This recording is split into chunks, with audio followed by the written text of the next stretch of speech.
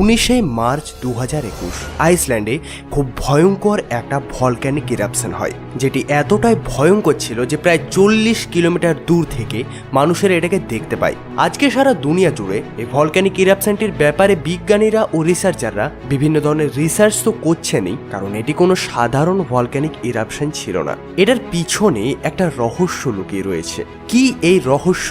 এই ভলক্যানিক ইরাপশনটি সারা পৃথিবীর রিসার্চারদের কেন অবাক করে রেখেছে ও আজকের দিনে এই ভলক্যানিক ইরাপশন স্পটটি একটা ট্যুরিস্ট অ্যাট্রাকশন হয়ে গেছে। দেশ বিদেশ থেকে বহু মানুষ কেন আইসল্যান্ড আসছে এই ভলক্যানিক ইরাপশনটিকে দেখার জন্য, সবই জানবেন রহস্য জগতের এই ভিডিওতে, তাই থাকুন ভিডিওর শেষ অবধি। এমনিতে তো আমাদের সারা ব্রহ্মাণ্ড রহস্যে ভরা, তবে এই ব্রহ্মাণ্ডের মধ্যে একটা আলাদা পরিচয় রাখা আমাদের পৃথিবী রহস্যের দিক দিয়ে কিছু কম নয়। পৃথিবীর ভৌগোলিক ও প্রাকৃতিক পরিস্থিতি এটাকে সবার চেয়ে আলাদা করে। আমরা ভূপৃষ্ঠের ওপরে গাছপালা, জীবজন্তু, নদী, পাহাড়, পর্বত সব কিছুই দেখতে পাই। তবে এগুলি ছাড়াও আমাদের পৃথিবীর হাজার হাজার ফিট গভীরতায় আরও অনেক ধরনেরই রহস্য রয়েছে, যেগুলির ব্যাপারে হয়তো আমরা অনেকেই জেনে থাকি না। আজকের ভিডিওটি তুলে ধরেছি আগ্নেয়গিরির ব্যাপারে, আর বলতে চলেছি আইসল্যান্ডে ফেটেছে আজ থেকে প্রায় 800 বছর পুরনো এই ভলক্যানিক ইরাপশনটির ব্যাপারে। আজ থেকে অনেক দিন আগে থেকে হাজার হাজার ভূমিকম্পের পর ফ্যাগ্রাডেল মাউন্টেন্সের একটা আগ্নেয়গিরিতে খুব ভয়ঙ্কর একটা বিস্ফোরণ হয়। আপনাদের জানিয়ে রাখবো, এই ইরাপশন স্পটটি আইসল্যান্ডের রাজধানীর দক্ষিণ পশ্চিমে অবস্থিত প্যানেনসুলা থেকে 40 কিলোমিটার দূরে প্রায় 800 বছর আগে থেকেই এটি ভেতর জ্বলছিল। এটার থেকে যে লাভাটি বার হয়েছিল সেটি প্রায় 40 কিলোমিটার দূর থেকে দেখতে পাওয়া গেছিল। এমনিতে তো ভিড়ভাড় এলাকার থেকে এই আগ্নেয়গিরিটি অনেক দূরে অবস্থিত, তাই এর ফলে মানব সমাজের কোনো কিছু ক্ষতি হয়নি। আর বলা হয় নাকি এই আগ্নেয়গিরিটির সবচেয়ে সামনে যে রাস্তাটি রয়েছে সেটাও এটার থেকে প্রায় 2 কিলোমিটার দূরে। প্রায় 800 বছর পরে আগ্নেয়গিরিটি ফাটার জন্য এটার থেকে যে লাভাটি বার হয় সেটার ফলে পুরো পাহাড়টিকে একটা আগুনের গ্লেসিয়ারের মতো দেখতে লাগছিল। হতে পারে আপনি এই ঘটনাটির ভিডিও ইন্টারনেটে এখন অবধি দেখেছেন, কেননা সারা দুনিয়ার মিডিয়া কোম্পানিরা যেই এই ঘটনাটির ব্যাপারে জানতে পারে সেখানে গিয়ে সেখানকার ভিডিও ফুটেজ ইন্টারনেটে পাবলিশ করে দেয়। হলিউড মুভিতে যেরকম লাভার নদী দেখায় সেরকমই লাগছে এখানকার দৃশ্যটি। তবে যাই হোক, আপনাদের জানিয়ে রাখবো আইসল্যান্ডে আগ্নেয়গিরির ইতিহাস কীরকম।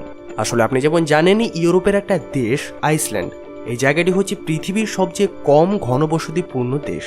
আপনি যেদিকে চোখ ঘোরাবেন শুধুমাত্র পাহাড়, পর্বত, নদী নালায় দেখতে পাবেন। এখানে মিড আটলান্টিক রিজে অবস্থিত এটা এমনই একটা জায়গা যেখানে আপনি অনেক সক্রিয় আগ্নেয়গিরি দেখতে পাবেন, এবং পুরো আইসল্যান্ডে প্রায় 30টি অ্যাক্টিভ ভলক্যানো রয়েছে এটা জানা গেছে। আর এগুলির মধ্যে একটা হচ্ছে রেকেজেনাস। যদি আপনি ভৌগোলিক পরিস্থিতির কথা বিবেচনা করে দেখেন তাহলে এটা হচ্ছে একটা ভলক্যানিক দ্বীপ।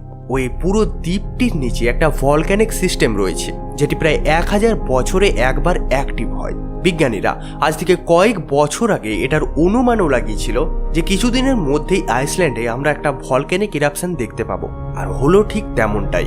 রেকেজেনাস আজ থেকে প্রায় 800 বছর আগে একবার সক্রিয় হয়েছিল, এবং তখন থেকে প্রায় 300 বছর ধরে এই ভলক্যানোটি অ্যাক্টিভ ছিল ও অনেক বড় বড় বিস্ফোরণও হয়েছিল এই আগ্নেয়গিরিটিতে। ও এতদিন ধরে নিষ্ক্রিয় থাকার পর এই আগ্নেয়গিরিটি আবার জেগে গেছে। এটার জন্য সেখানকার ভূভাগে অনেক দূর অবধি ফাটলও ধরে গেছে।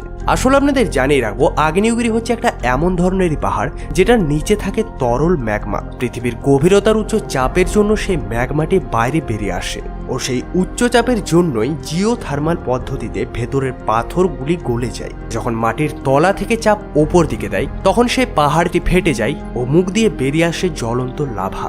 আমাদের সারা দুনিয়াতে যত আগ্নেয়গিরির বিস্ফোরণ হয়েছে সেগুলোর জন্য মানব জাতির অনেক তো ক্ষতি হয়েছেই, তা সত্ত্বেও আমাদের পৃথিবীতে যত ভূমিরূপ রয়েছে তা প্রায় আজ থেকে 70 কোটি বছর আগেই এসব আগ্নেয়গিরির দ্বারাই তৈরি হয়েছিল।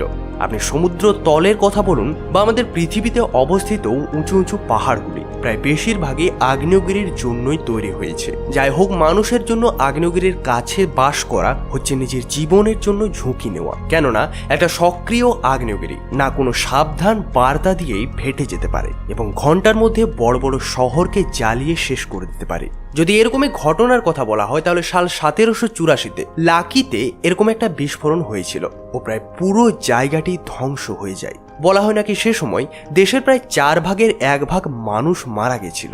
সাল 1883-তে প্রশান্ত মহাসাগরে জাভা এবং সুমাত্রা দ্বীপের মাঝে অবস্থিত কাকাতুয়া আগ্নেয়গিরিতে প্রায় 26টি শক্তিশালী হাইড্রোজেন বোমার ন্যায় বিস্ফোরণ হয়েছিল। আর সাল 2010-এ হওয়া ইউরোপের বিস্ফোরণের ফলে সেখানে প্রায় সব সড়কগুলি বন্ধ হয়ে গেছিল। তাহলে আপনি যেমন জানলেনই সারা দুনিয়াতে 500টির চেয়েও বেশি সক্রিয় আগ্নেয়গিরি রয়েছে, আর এগুলির মধ্যে বেশিরভাগই রিং অফ ফায়ারের অন্তর্গত। আপনাদের জানিয়ে রাখবো, প্রশান্ত মহাসাগরের গভীরতায় আগ্নেয়গিরির একটা বেল্ট রয়েছে, তাই এটাকে রিং অফ ফায়ার বলা হয়। আর যদি হাওয়াইয়ের কথা বলা হয় তাহলে পৃথিবীর সবচেয়ে ভয়ঙ্কর আগ্নেয়গিরি সেখানে অবস্থিত, যেগুলির মধ্যে একটি হচ্ছে মোনা কিয়া এবং আরেকটি হচ্ছে মোনা লোয়া। 1982 সালে আগ্নেয়গিরির তীব্রতাকে মাপার জন্য 0 থেকে 8 অব্দি ভলক্যানিক এক্সপ্লোসিভিটি ইন্ডেক্সকে বানানো হয়। আপনি যদি এই ইন্ডেক্সটিকে বিবেচনা করে দেখেন তাহলে প্রায় 0 থেকে 2 ইন্ডেক্সের তীব্রতায় সাধারণ আগ্নেয়গিরিগুলিতে প্রায় প্রতিদিনই বিস্ফোরণ হয়েই থাকে। তারপর স্কোর 3-র আগ্নেয়গিরি সেগুলির থেকে একটু ভয়ঙ্কর হয়। তবে যাই হোক, সারা পৃথিবীতে এই ধরনের বিস্ফোরণ প্রায় হতেই থাকে। 4 এবং 5 স্কোরের এই আগ্নেয়গিরিগুলি প্রায় প্রতি 10 থেকে 50 বছরে একবার বিস্ফোরণ হয়। এরপর 6 বা 7 স্কোরের ভূমিকম্পগুলির দ্বারা সুনামি বা ভয়ঙ্কর ভূমিকম্প আসতে পারে। আর যদি স্কোর 8-এর কথা কল্পনা করা হয় তাহলে এগুলি হচ্ছে সবচেয়ে ভয়ঙ্কর। এমনকি এগুলি যদি পৃথিবীতে ফাটে তাহলে সারা মানব জাতি শেষ হয়ে যেতে পারে। তবে যাই হোক, এই ধরনের বিস্ফোরণ মানব জাতি আজ অব্দি কোনোদিন দেখেনি। তবে মূলত 3 ধরনের আগ্নেয়গিরি আমরা পৃথিবীতে দেখতে পাই। একটি হয় পাহাড়ের ন্যায় ছোট ফাঁপা আগ্নেয়গিরি, যেটার ভেতর থেকে লাভা বেরোতে থাকে, যেমন কি আমরা এখনই দেখলাম। দ্বিতীয় হয় উঁচু পাহাড়ের ন্যায় আগ্নেয়গিরি, যেগুলির মধ্যে অনেক ধরনেরই সুড়ঙ্গ থাকে যার ভেতর দিয়ে লাভা বের হয়। তৃতীয় ধরনের আগ্নেয়গিরিটি হচ্ছে সমতল পাহাড়ের মতো। আমাদের পৃথিবীতে যখন বড় বড় আগ্নেয়গিরিগুলি ফাটে তখন সেগুলির ফলে যে পাহাড়গুলি তৈরি হয় সেগুলির উচ্চতা জেনে আপনি অবাক হয়ে যাবেন।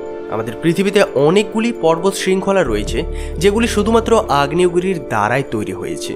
মেক্সিকোর পোপো ক্যাটাপিটালের উচ্চতা যদি আমরা বিবেচনা করে দেখি তাহলে এটি হচ্ছে প্রায় 5422 মিটার। এরকমই আর্জেন্টিনার ম্যাকুং কাগুয়ার যদি কথা বলা হয় তাহলে সেটি হচ্ছে প্রায় 6960 মিটার। এইভাবে চিলির ডাল সালাটোর কথা যদি বলা হয় তাহলে এটিও হচ্ছে প্রায় 6887 মিটার। এবং তুর্কিতে অবস্থিত মাউন্ট আরাফাতের উচ্চতা 5165 মিটার। আর যদি ভারতের কথা বলা হয় তাহলে ভারতেও দুটো আগ্নেয়গিরি রয়েছে, যেগুলি হচ্ছে ব্যারেন আগ্নেয়গিরি যা অবস্থিত আন্দামান নিকোবর দ্বীপপুঞ্জে, এবং আরেকটি হচ্ছে নারকুন্ডাম, এটিও সেখানেই অবস্থিত। তবে এগুলির মধ্যে ব্যারেন আগ্নেয়গিরিকে সক্রিয় মানা হয় ও নারকুন্ডামকে বলা হয় সুপ্ত আগ্নেয়গিরি।